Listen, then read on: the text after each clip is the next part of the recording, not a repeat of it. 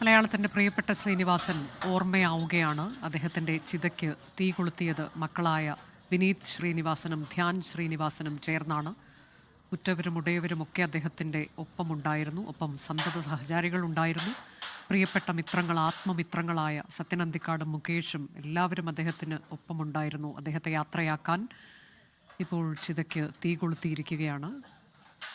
കണ്ടനാട്ടെ വസതിയിൽ നിന്നുള്ള വീട്ടുവളപ്പിൽ നിന്നുള്ള തത്സമയ ദൃശ്യങ്ങളാണ് പ്രേക്ഷകർ കാണുന്നത്. ഗോപികൃഷ്ണൻ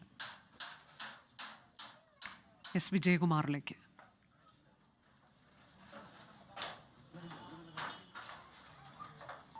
അനുജ, നമ്മൾ നേരത്തെ ഒരു ഘട്ടത്തിൽ പറഞ്ഞതുപോലെ തിരികെ ഞാൻ വരുമെന്ന വാക്കു കേൾക്കാൻ കൊതിക്കുന്ന ഒരു ഗ്രാമം, ആ ഗ്രാമത്തിലെ മുഴുവൻ ആളുകളും അവരുടെ പ്രിയപ്പെട്ട ശ്രീനിയേട്ടനെ അവസാനമായി കാണാൻ ഈ വീട്ടിലേക്ക്, കണ്ടനാട് ഈ വീട്ടിലേക്ക് ഇന്നലെയും ഇന്നുമായി ഒഴുകിയെത്തി. മുഴുവൻ ആളുകളുടെയും അശ്രുപൂജകൾ ഏറ്റുവാങ്ങി, കണ്ണീരിൽ കുതിർന്ന യാത്രാമൊഴി ഏറ്റുവാങ്ങി ശ്രീനിവാസൻ ഓർമ്മയാവുകയാണ്. അദ്ദേഹത്തിൻ്റെ ഭൗതിക സാന്നിധ്യം നമ്മളെ വിട്ടു പിരിയുകയാണ്. അദ്ദേഹത്തിൻ്റെ ചിത ആ വീടിനോട്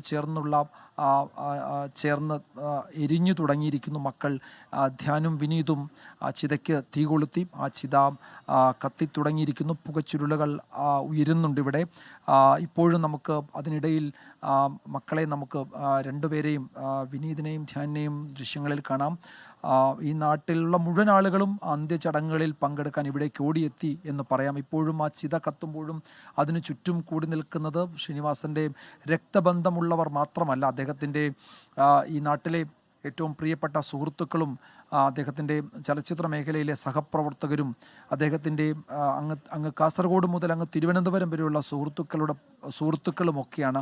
അദ്ദേഹത്തിൻ്റെ കണ്ണൂരിലെ പട്ടിം ഗ്രാമത്തിൽ നിന്നൊക്കെ എത്തിയ നൂറുകണക്കിന് ആളുകൾ രാവിലെ തന്നെ നമ്മൾ അവരെയൊക്കെ കണ്ടതാണ്. അവരൊക്കെയാണ് ആ ചിതയ്ക്ക് ചുറ്റും കൂടി നിൽക്കുന്നത്.